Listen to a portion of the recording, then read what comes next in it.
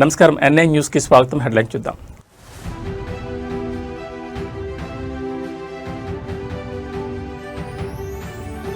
జనసేనాని పవన్ కళ్యాణ్ డిశ్చార్జ్.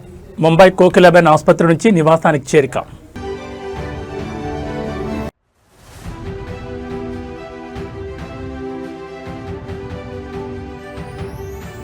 గోదావరి జిల్లాలో వైఎస్ జగన్ పర్యటన. ఆక్వా సంక్షోభంపై భీమవరంలో కీలక ముఖాముఖి.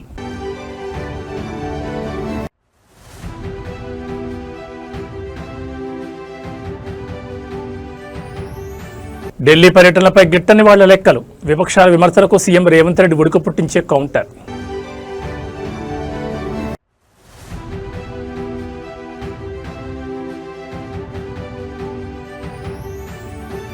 ఆదిలాబాద్ సీసీఏ ఫ్యాక్టరీ పునరుద్ధరణ లక్ష్యం.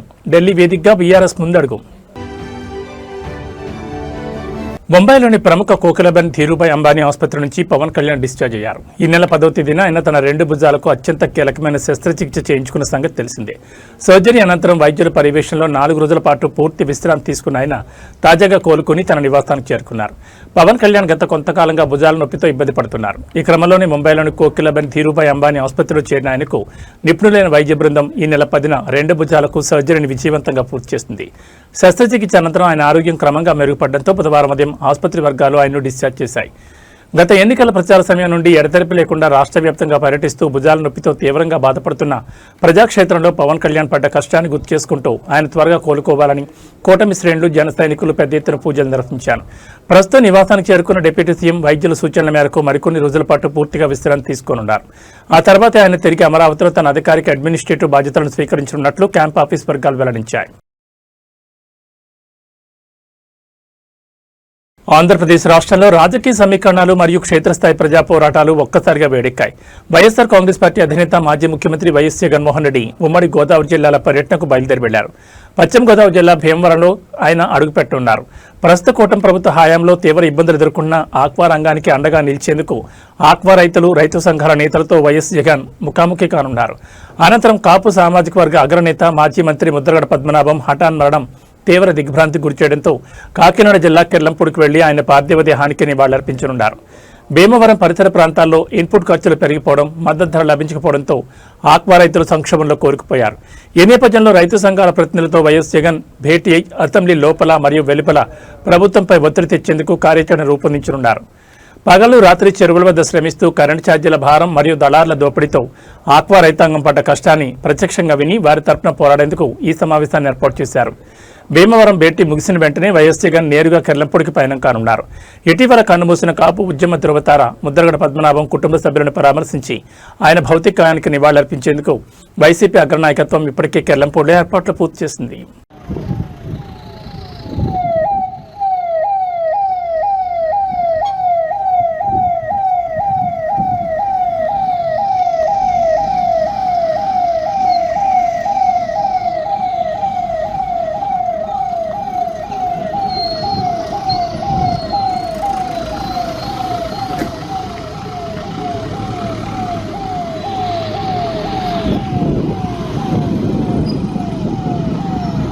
తెలంగాణ ముఖ్యమంత్రి రేవంత్ రెడ్డి ఢిల్లీ పర్యటనలపై గత కొద్ది రోజులుగా విపక్షాలు, రాజకీయ ప్రత్యర్థులు చేస్తున్న విమర్శలకు ముఖ్యమంత్రి స్వయంగా అత్యంత ఉడుకు పుట్టించే రీతిలో కౌంటర్ ఇచ్చారు. తాను ఢిల్లీకి ఎన్నిసార్లు వెళ్తున్నానని దానిపై గిట్టని వాళ్ళు లెక్కలు కడుతున్నారంటూ ఆయన మండిపడ్డారు. తాను ఎన్నిసార్లు హస్తినకు వెళ్లినా అది కేవలం తెలంగాణ ప్రజల హక్కుల సాధన కోసమేనని, రాష్ట్ర సమగ్రాభివృద్ధి కోసమేనని సీఎం రేవంత్ రెడ్డి స్పష్టం చేశారు. తెలంగాణలో కాంగ్రెస్ ప్రభుత్వం ఏర్పడినప్పటి నుంచి ముఖ్యమంత్రి రేవంత్ రెడ్డి తరచూ ఢిల్లీ పర్యటనలు చేయడంపై ప్రతిపక్షాలు, రాజకీయ విమర్శలు గుప్పిస్తున్నాయి. దీనిపై స్పందించిన ముఖ్యమంత్రి రాష్ట్ర హక్కులను సాధించేందుకు, విభజన హామీల నిధులను రాబట్టేందుకు తాము నిరంతరం శ్రమిస్తున్నామని తెలిపారు. తెలంగాణకు రావాల్సిన కేంద్ర నిధులు, పెండింగ్ ప్రాజెక్టుల మంజూరు కోసం రాష్ట్ర ప్రజలు పడ్డ కష్టాన్ని తీర్చడమే ధ్యేయంగా కేంద్ర పెద్దలను కలవడానికి వెళ్తుంటే దాన్ని రాజకీయ రంగు పూసి గిట్టని వాళ్లు లెక్కలు వేయడం వారి సంకుచిత మనస్తత్వానికి నిదర్శనమని మండిపడ్డారు. రాష్ట్ర ప్రయోజనాల విషయంలో తాము ఎక్కడా రాజీ పడబోమని, ఎన్ని విమర్శలుచ్చినా ప్రజా సంక్షేమం కోసమే తన ప్రయాణాలు సాగుతాయని తేల్చి చెప్పారు. ముఖ్యమంత్రి రేవంత్ రెడ్డి ఈ తాజా స్టేట్మెంట్ విపక్షాల విమర్శలకు గట్టి బ్రేక్ వేసినట్లయింది. కేంద్ర నిధుల సాధనలో రాబోయే రోజుల్లో ఎలాంటి పురోగతి కనిపిస్తుందో మరియు ప్రతిపక్షాలు దీనిపై ఎలా స్పందిస్తాయో వేచి చూడాలి. కొంతమంది తిట్టినోళ్ళు, కొంతమంది సరిపోయిన వాళ్ళు పదే పదే ముఖ్యమంత్రి గారు ఢిల్లీ ప్రయాణం చేస్తున్నారు, ఇన్నిసార్లు వెళ్ళిండ్రు, అన్నిసార్లు వెళ్ళిండ్రు అని లెక్కలు చెప్తున్నారు. ఏదొచ్చినా ప్రజల కోసమే పనిచేస్తున్నాం. నిన్న మేము తెలంగాణ రాష్ట్రంలో ఉండే అన్ని పార్టీల ఎంపీలను పిలిచి మేము పవర్ పాయింట్ ప్రజెంటేషన్ ఇచ్చినాం. కేంద్ర ప్రభుత్వంతో తెచ్చుకోవాల్సిన అనుమతులు గాని నిధులు గాని వాటికి సంబంధించిన సమాచారాన్ని అందించినా స్పష్టంగా చెప్పినాం.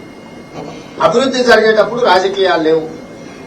రాజకీయాలు అనేవి ఎన్నికలు వచ్చినప్పుడు ఎవరి ప్రయత్నం వాళ్ళు చేసుకుంటారు, వాళ్ళ ప్రయత్నం వాళ్ళు చేసుకుంటారు, మా ప్రయత్నం తెలంగాణ పారిశ్రామిక రంగానికి మరియు ఉమ్మడి ఆదిలాబాద్ జిల్లా వెనుకబడిన ప్రాంతాల ఉపాధి అవకాశాలకు ఊతమిచ్చే ఒక ఉమ్మడి లక్ష్యంతో భారత రాష్ట్ర సమితి హస్తిన వేదికగా ముందడుగు వేసింది. BRS working president Kalvakuntla Taraka Ramarao నేతృత్వంలోని ఒక ప్రత్యేక బృందం ఢిల్లీకి బయలుదేరి వెళ్లింది. ఆదిలాబాద్ జిల్లాలోని సిమెంట్ కార్పొరేషన్ ఆఫ్ ఇండియా ఫ్యాక్టరీని తక్షణమే పునరుద్ధరించాలని కోరుతూ కేంద్ర భారీ పరిశ్రమలు ఉక్కు శాఖ మంత్రి హెచ్డి కుమారస్వామితో ఈ బృందం కాసేపట్లో అత్యంత కీలకమైన సమావేశం కానుంది. కేటీఆర్తో పాటు ఈ ప్రతినిధి బృందంలో BRS Rajya Sabha MP Vaddiraju Ravichandra, Khanapur BRS party అధ్యక్షుడు జాన్సన్ నాయక్ మరియు సీసీఐ సాధన సమితి ముఖ్య నాయకులు ఉన్నారు. ఆదిలాబాద్లో మూతపడిన సీసీఐ యూనిట్ తెరిపించడం ద్వారా స్థానికంగా ఉన్న వేలాది మంది నిరుద్యోగ యువతకు ఉపాధి లభిస్తుందని, దీనిపై కేంద్రం సానుకూల నిర్ణయం తీసుకోవాలని ఈ బృందం ఒత్తిడి తీసుకురానుంది. ఫ్యాక్టరీ మూతపడి దశాబ్దాలు గడుస్తున్నా ఉపాధి లేక వలసలు పోతూ ఆదిలాబాద్ పారిశ్రామిక కార్మికులు మరియు నిరుద్యోగులు పడ్డ కష్టాన్ని పూర్తిగా ముగించడమే ధ్యేయంగా గతంలోనూ తాము అనేకసార్లు కేంద్రానికి లేఖలు రాస్తామని కేటీఆర్ గుర్తు చేశారు. కొత్తగా బాధ్యతలు స్వీకరించిన కేంద్ర మంత్రి కుమారస్వామితో ఈ పారిశ్రామిక పునరుద్ధరణ ప్యాకేజీపై చర్చించిన అనంతరం ఢిల్లీలోని నిర్వహించే జాతీయ మీడియా సమావేశంలో కేటీఆర్ పాల్గొని కేంద్రంపై రాష్ట్ర డిమాండ్లను మరింత బలంగా వినిపించనున్నారు. అంతర్జాతీయ వాణిజ్య రంగంలో అమెరికా తీసుకున్న ఒక వ్యూహాత్మక నిర్ణయం ఇప్పుడు ప్రపంచవ్యాప్తంగా హాట్ టాపిక్గా మారింది. రష్యా నుంచి ఆయిల్ మరియు గ్యాస్ కొనుగోలు చేసే దేశాలపై అత్యంత భారీగా టారిఫ్స్ విధించాలన్న తన పాత ప్రతిపాదనలో అమెరికా ప్రభుత్వం కీలక సడలింపులు చేసింది. గత 2025 ఏప్రిల్లో రష్యా ఇంధన దిగుమతులపై ఏకంగా 500% టారిఫ్స్ విధించాలని ప్రతిపాదించిన అమెరికా అంతర్జాతీయ మార్కెట్ ఒత్తిళ్ల నేపథ్యంలో తాజాగా ఆ బాధను 100% కుదించింది. అమెరికా తీసుకొస్తున్న ఈ కొత్త బిల్లు అమల్లోకి వస్తే రష్యా నుంచి అత్యధికంగా ఆయిల్ కొనుగోలు చేసే టాప్ దిగుమతిదారులైన భారత్, చైనా, స్లోవేకియా, హంగరీ మరియు అజర్బైజాన్ దేశాలకు గరిష్టంగా 100% వరకు మాత్రమే టారిఫ్స్ వర్తించనున్నాయి. ఇది మునుపటి 500% ప్రతిపాదనతో పోలిస్తే చాలా తక్కువని చెప్పాలి. అంతేకాకుండా తమ మొత్తం ఇంధన అవసరాల్లో రష్యా నుంచి 15% కంటే తక్కువ దిగుమతి చేసుకునే చిన్న దేశాలకు ఈ టారిఫ్స్ నుండి అమెరికా పూర్తి మినహాయింపు ఇచ్చింది. అంతర్జాతీయంగా చమురు ధరలు పెరిగినప్పుడు గ్లోబల్ ఆంక్షల భయంతో రష్యా నుండి తక్కువ ధరకు వచ్చే క్రూడ్ ఆయిల్ కొనుగోలు ప్రక్రియను బ్యాలెన్స్ చేయలేక భారత్ వంటి దేశాల ట్రేడ్ డెస్క్లు పడ్డ కష్టాన్ని ఈ తాజా యుఎస్ సడలింపు గణనీయంగా తగ్గించనుంది. రాబోయే ఆగస్టు నాటికి అమెరికా ఈ బిల్లును అధికారికంగా పాస్ చేసే అవకాశం ఉందని విదేశాంగ వర్గాల్లో అంచనా వేస్తున్నాయి. దీనివల్ల గ్లోబల్ సప్లై చైన్లో ఎలాంటి ఆటంకాలు లేకుండా భారతదేశం తన ఇంధన భద్రతను మరింత బలోపేతం చేసుకునే అవకాశం ఉంది. ఆంధ్రప్రదేశ్ రాష్ట్రంలో ఉచిత ఇసుక విధానం అమల్లో ఉందని ప్రభుత్వం చెబుతున్నా క్షేత్రస్థాయిలో మాత్రం అధికార పార్టీ నేతల ఇసుక దోపిడీ అడ్డలేకుండా సాగుతోందని ఆరోపణలు వెలువెత్తున్నాయి. ఉమ్మడి అనంతపురం జిల్లా కళ్యాణదుర్గం టీడీపీ శాసనసభ్యులు అమెల్యేని సురేంద్రబాబు ఇసుక దందాను స్థానిక ప్రజలు రెడ్ హ్యాండెడ్గా పట్టుకోవడం ఇప్పుడు రాష్ట్ర రాజకీయాల్లో పెను సంచలనంగా మారింది. కంబదూరు మండలం రాళ్ల అనంతపురం పరిధిలో ఇసుకను అక్రమంగా రవాణా చేస్తున్న 5 భారీ టిప్పర్లను స్థానికులు అడ్డుకున్నారు. ఈ టిప్పర్లు నేరుగా టీడీపీ ఎమ్మెల్యే అమెల్యేని సురేంద్రబాబుకు చెందిన ఎస్ఆర్ కన్స్ట్రక్షన్ సంస్థకు కావడంతో స్థానిక ముఠాలు అధికారుల తీరుపై ప్రజలు తీవ్ర ఆగ్రహం వ్యక్తం చేస్తున్నారు. రాళ్ల అనంతపురం గ్రామం గుండా అర్ధరాత్రి వేళల్లో ఎలాంటి అనుమతులు లేకుండా ఇసుకను తరలిస్తున్న 5 టిప్పర్లను గ్రామస్తులు ప్రాణాలకు తెగించి అడ్డుకున్నారు. సదరు వాహనాలు ఎమ్మెల్యే అమెల్యేని సురేంద్రబాబు సొంత సంస్థవని తేలడంతో స్థానికులు పోలీసులకు సమాచారం అందించారు. అయితే టిప్పర్లు అధికార పార్టీ శాసనసభ్యుడు కావడంతో కంబదూరు పోలీసులు కేసు నమోదు చేయడానికి వెనుకాడుతున్నారని, చట్టాన్ని తొంగలు తొక్కుతున్నారంటూ సర్వత్రా విమర్శలు వ్యక్తమవుతున్నాయి.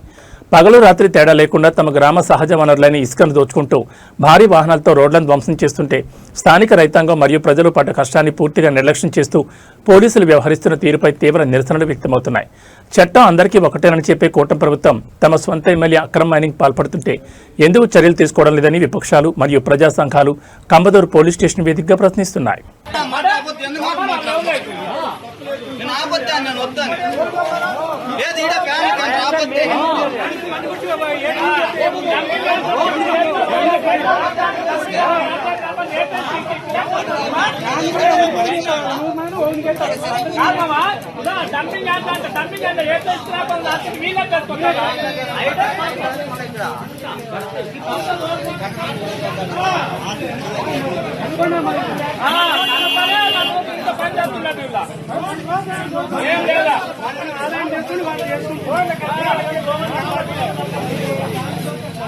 తిరుమల వెంకటేశ్వర స్వామిని దర్శించుకునేందుకు వచ్చే కోట్ల మంది భక్తుల భద్రతకు అత్యున్నత ప్రాధాన్యత ఇస్తూ తిరుమల కొండపై భద్రతా బలగాలు ఉగ్రరూపం దాల్చాయి.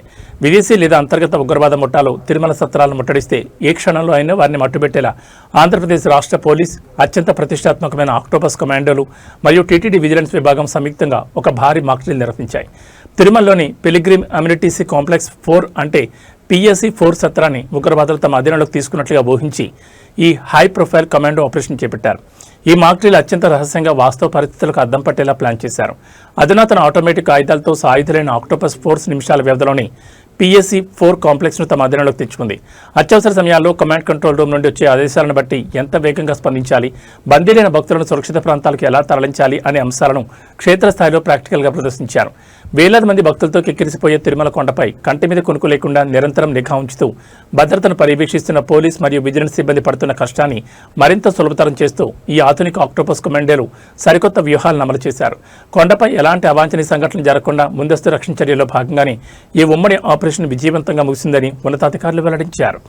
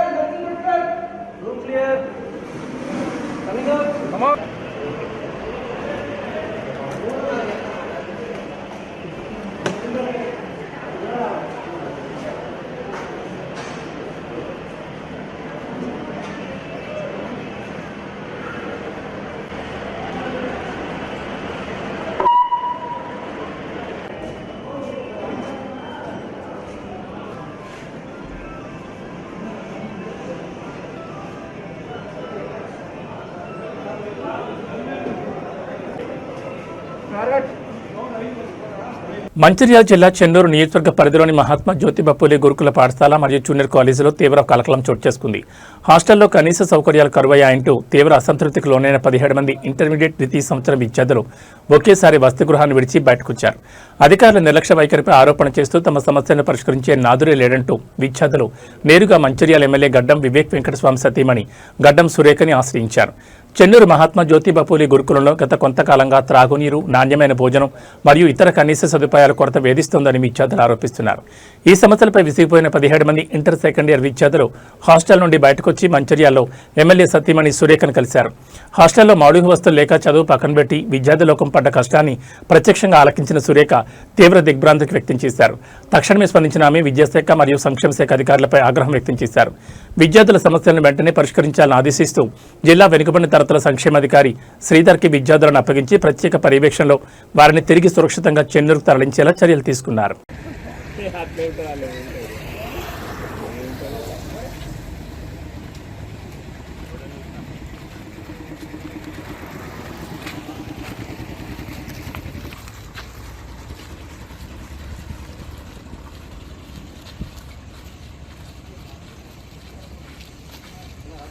నిజామాబాద్ జిల్లా బాల్కొండ నియోజకవర్గంలో రాజకీయ ముఖచిత్రం ఒక్కసారిగా వేడెక్కింది. కాంగ్రెస్ ప్రభుత్వ వైఖరికి నిరసనగా మాజీ మంత్రి బాల్కొండ ఎమ్మెల్యే వేముల ప్రశాంత్ రెడ్డి తలపెట్టిన నిరాహార దీక్షను భగ్నం చేసేందుకు పోలీసులు తెల్లవారుజాము నుంచే ఉక్కుపాదం మోపారు. ఎమ్మెల్యే వేముల ప్రశాంత్ రెడ్డిని గృహ నిర్బంధం చేయడంతో పాటు నియోజకవర్గ వ్యాప్తంగా ఉన్న బీఆర్ఎస్ పార్టీ ముఖ్య నేతలు, శ్రేణులను ఎక్కడికక్కడ ముందస్తు అరెస్టులు చేసి పలు పోలీస్ స్టేషన్లకు తరలించారు. భీమ్గల్ మున్సిపాలిటీ పరిధిలోని మౌలిక వసతుల కల్పన, ప్రతిష్టాత్మక మందపడకల ఆసుపత్రి నిర్మాణ పనుల పురోగతి మరియు స్థానిక ఆర్టీసీ డిపో పునరుద్ధరణ డిమాండ్లపై కాంగ్రెస్ ప్రభుత్వం అనుసరిస్తున్న ఉదాసీన వైఖరికి నిరసనగా ఈ దీక్షకు పిలుపునిచ్చారు. అయితే ఉదయం నుంచి వందలాది మంది పోలీస్ బలగాలను రంగంలోకి దించి భీమ్గల్ బాల్కొండ పరిధిలో అప్రకటిత బంద్ వాతావరణాన్ని తలపించేలా అదుపులోకి తీసుకోవడంపై ఉద్రిక్తత నెలకొంది. నియోజకవర్గ పరిధిలో మెరుగైన వైద్యం మరియు రవాణా సౌకర్యాల కోసం బాల్కొండ, భీమ్గల్ మున్సిపల్ పరిధిలోని సాధారణ ప్రజలు, రైతాంగం పడ్డ కష్టాన్ని పూర్తిగా తొలగించేలా తాము గతంలో నిధులు మంజూరు చేసిన ప్రస్తుత ప్రభుత్వం కక్ష సాధింపు చర్యల వలన పనులను నిలిపివేసిందని వేముల ప్రశాంత్ రెడ్డి మండిపడ్డారు. ప్రజాస్వామ్యయుతంగా నిరసన తెలిపే హక్కును కాలరాస్తూ ప్రభుత్వం కుట్రలు చేస్తోందని, గృహ నిర్బంధాలు చేసినంత మాత్రాన ప్రజా సమస్యలపై పోరాటాన్ని ఆపలేమని హౌస్ అరెస్ట్ వేదికగా బీఆర్ఎస్ అగ్రనాయకత్వం స్పష్టం చేసింది. బాల్కొండ నియోజకవర్గ ప్రజలందరికీ నమస్కారం. నేను భీమ్గల్లో 100 పడకల ఆసుపత్రిని పూర్తి చేయాలని మేము ప్రభుత్వంలో ఉన్నప్పుడు మంజూరు చేసి 75% పనిచేసిన పనులు అవి. ఒక 20-25% మిగిలిన పనులు, 100 పడకల ఆసుపత్రి కావచ్చు, ఇంటిగ్రేటెడ్ మార్కెట్ కావచ్చు, అట్లనే మూతబడ్డ భీమ్గల్ బస్ డిపోని తెరిపేయమని, అట్లనే నేను మంజూరు చేసినటువంటి 12 కోట్ల రూపాయలతో సీసీ రోడ్లు మున్సిపల్ ఎలక్షన్లు వస్తున్నాయని అప్పుడు కొబ్బరికాయలు కొట్టిరు, అవి ఇంకా పూర్తి చేయట్లేదు, అది పూర్తి చేయాలని చెప్పి భీమ్గల్లో ప్రజా సమస్యల కోసం ఆ పెండింగ్ పనులు పూర్తి చేయాలని నేను ఈరోజు అంటే 15వ తారీఖు నాడు ఒకరోజు కఠోర నిరాహార దీక్ష, నీళ్లు కూడా ముట్టకుండా నిరాహార దీక్ష చేస్తా అని చెప్పి నేను చెప్పిన. అయితే నేను ఇవాళ నిరాహార దీక్షకు వెళ్ళాలని అంటే నేను స్నానం కూడా చేయకన్నా మొదలే, నేను నిద్ర కూడా లేవకన్నా మొదలే పోలీసులు నా ఇంట్లో చుట్టినారు, నన్ను బయటకు పోనీయరట, నన్ను ఇంట్లోనే అరెస్ట్ చేస్తా అని చెప్పి చెప్తా ఉన్నారు పోలీసులు. మరి ఇది ఒక్కసారి ఆలోచన చేయాలి బాల్కొండ నియోజకవర్గ ప్రజలు. నేను చాలా అహింసా మార్గంలో, నేను రాస్తారోక చేస్తాను లేదు, ధర్నా చేస్తాను లేదు, నా ఇచ్చి నేను శిక్ష వేసుకొని ఒకరోజు నేను నిరాదీక్షలో కూర్చుంటా, అహింసా మార్గంలో కూర్చుంటానంటే ఈ ప్రభుత్వం నన్ను అనగదొక్కే ప్రయత్నం చేస్తూ ఉన్నది. మేము ప్రజల కోసం పోరాటం చేస్తున్నాం, ప్రజల సమస్యలు తీర్చమని చెప్పి నేను దీక్ష చేస్తాను తప్పిస్తే నా కోసం కాదు. ఆ హాస్పిటల్ పని పూర్తి చేయాలని, ఇంటిగ్రేటెడ్ మార్కెట్ పనులు పూర్తి చేయమని, బస్ డిపో తెరిపియమని, సీసీ రోడ్లు పూర్తి చేయమని, భీమ్గల్ ప్రజల సమస్యలు, బాల్కొండ నియోజకవర్గ సమస్యలు చేయాలని చెప్పి మేము అడుగుతున్నాం తప్పిస్తే వేరేది కాదు. దీనికి నన్ను ఇంట్లో నుంచి బయటకు వెళ్ళనీయకుండా పోలీసులు నా ఇంటి చుట్టూ, వందలాది మంది పోలీసులు నా ఇంటి చుట్టూ మొత్తం పారగాయడం అనేది ఎంత మట్టుకు సమంజసమో బాల్కొండ నియోజకవర్గ ప్రజలు ఆలోచన చేయాలి. నేను ఒక ఎమ్మెల్యేని, ప్రజల పక్షాన పోరాడవలసిన బాధ్యత నా మీద ఉంటుంది, ప్రభుత్వం మీద. మరి వాళ్ళు వచ్చి నా దీక్షలో వచ్చి, దీక్షా శిబిరంకి వచ్చి మేము నెలలో పూర్తి చేస్తాం, 2 నెలల్లో పూర్తి చేస్తాం అని మాట ఇస్తే నేను దీక్ష విరమిస్తా కదా. దీనికి పెద్ద ఇంతెత్తున నన్ను అనగదొక్కాల్సిన అవసరం ఏమున్నది, నా గొంతు నొక్కాల్సిన అవసరం ఏమున్నది? కాబట్టి బాల్కొండ నియోజకవర్గ ప్రజలు, భీమ్గల్ పట్టణ ప్రజలు, భీమ్గల్ మండల ప్రజలు దయచేసి ఆలోచన చేయాలని చెప్పి నేను కోరుతా ఉన్నా. ఒక్క మాట మాత్రం నిజం, నన్ను ఇంట్లో పెట్టి అరెస్ట్ చేసినా నా దీక్ష కొనసాగుతుంది ప్రజల కోసం, ఆ సమస్యలు పూర్తి చేయడం కోసం. లేదు నన్ను అరెస్ట్ చేసి జైల్లో, నా పోలీస్ స్టేషన్లో పెట్టినా పోలీస్ స్టేషన్లో నా దీక్ష కొనసాగుతుంది, నా సత్యాగ్రహం కొనసాగుతుంది. లేదు నన్ను తీసుకుపోయి జైల్లో వేసినా జైల్లో కూడా నా సత్యాగ్రహం. South Indian star heroine Samantha తన అభిమానులకు సరికొత్త గుడ్ న్యూస్ చెప్పారు. తాను తల్లిని కాబోతున్నానని, ఎప్పటి నుంచి ఎదురు చూస్తున్న తన కల త్వరలోనే నెరవేరబోతోందంటూ ఆమె అత్యంత ఆనందాన్ని వ్యక్తం చేశారు. ప్రస్తుతం గర్భవతిగా ఉన్న ఆమె తన జీవితంలోని ఈ సరికొత్త మరియు ఉత్సాహభరితమైన దశ కోసం ఎంతో ఉద్వేగంతో ఎదురుచూస్తున్నట్లు పింక్ విల్లా ఇంటర్వ్యూలో స్పష్టం చేశారు. ఇటీవల తాను నటించిన మా ఇంటి బంగారం సినిమా బాక్సాఫీస్ వద్ద ఘన విజయాన్ని సాధించిన నేపథ్యంలో కుటుంబ సభ్యులతో కలిసి ఈ మధుర క్షణాలను ఆస్వాదించేందుకు ఆమె షూటింగ్లకు కొంత విరామం ప్రకటించారు. సమంత తన ప్రెగ్నెన్సీపై స్పందిస్తూ ఇది ఖచ్చితంగా నాకు చాలా కొత్తగా, ఎంతో ఉత్సాహంగా ఉంది. కానీ నేను ఎప్పటి నుంచో ఈ క్షణం కోసం ఎదురు చూస్తున్నాను. నాకు ఎప్పుడూ తల్లి కావాలనే కోరిక బలంగా ఉండేది. అందుకే నా జీవితంలో ఈ కొత్త ప్రయాణానికి నా సర్వస్వాన్ని అందిస్తానంటూ ఎమోషనల్ అయ్యారు.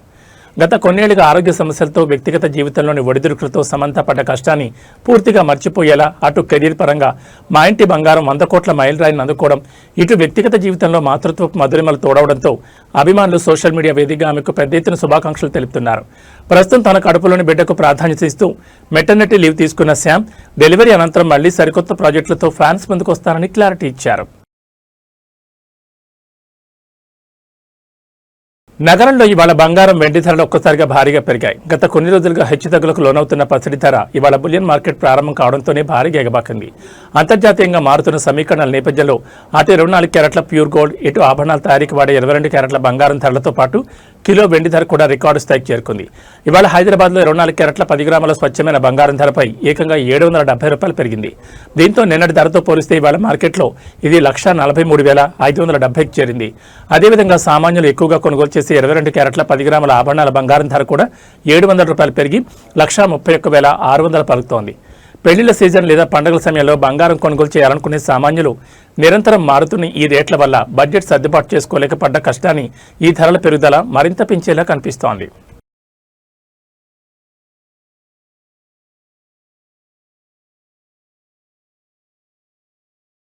ఆంధ్రప్రదేశ్ రాష్ట్ర ప్రజలకు, ముఖ్యంగా సామాన్య మరియు మధ్యతరగతి కుటుంబాలకు ఇంధన శాఖ నుండి ఒక అత్యంత అద్భుతమైన శుభవార్త అందుతోంది. రాష్ట్రంలో విద్యుత్ ఛార్జీలను తగ్గించేందుకు డిస్కంలు కసరత్తును ముమ్మరం చేశాయి. గత ఏడాది వినియోగదారులపై భారం పడకుండా యూనిట్కు 13 పైసలు తగ్గించిన తరహాలోని ఇప్పుడు మరోసారి యూనిట్కు 13 పైసల మేర కరెంట్ ఛార్జీలను తగ్గించేందుకు ప్రతిపాదనలు సిద్ధమయ్యాయి. ఆంధ్రప్రదేశ్ విద్యుత్ నియంత్రణ మండలి ఆమోదం లభించిన వెంటనే ఈ సరికొత్త తగ్గించిన ధరలు అమల్లోకి రానున్నాయి. 2025-26 ఆర్థిక సంవత్సరానికి సంబంధించి ఇంధన సర్దుబాటు ఖర్చుల పూర్తి వివరాలను రాష్ట్ర విద్యుత్ పంపిణీ సంస్థలు ఎలక్ట్రిసిటీ రెగ్యులేటరీ కమిషన్కు సమర్పించాయి. ఈ తనిఖీ నివేదికల్లో డిస్కంలు ఏకంగా 940 కోట్లను మిగులుగా చూపించడం గమనార్హం. వేసవి కాలంలో మరియు గృహ అవసరాల కోసం కరెంటు బిల్లుల భారం మోస్తూ ప్రతి నెల బడ్జెట్ అస్తవ్యస్తమైన ఏపీ వినియోగదారుల పడ్డ కష్టాన్ని గుర్తించిన అధికారులు ఈ మిగులు నిధుల ప్రయోజనాన్ని నేరుగా ప్రజలకే బదిలీ చేయాలని నిర్ణయించారు. ఈ ప్రతిపాదనలపై ఈఆర్సీ త్వరలోనే రాష్ట్ర వ్యాప్తంగా అధికారికంగా ప్రజాభిప్రాయ సేకరణ జరపనుంది. ప్రజల నుంచి అభిప్రాయాలు మరియు సలహాలు స్వీకరించిన అనంతరం ఈ 13 పైసల తగ్గింపునకు కమిషన్ తుది ఆమోదం తెలుపుతుందని, తద్వారా రాబోయే నెలలో కరెంటు బిల్లులు గణనీయంగా తగ్గుతాయని సచివాలయ వర్గాలు స్పష్టం చేస్తున్నాయి. ఏవీ బులెటిన్ విశేషాలు. నమస్కారం.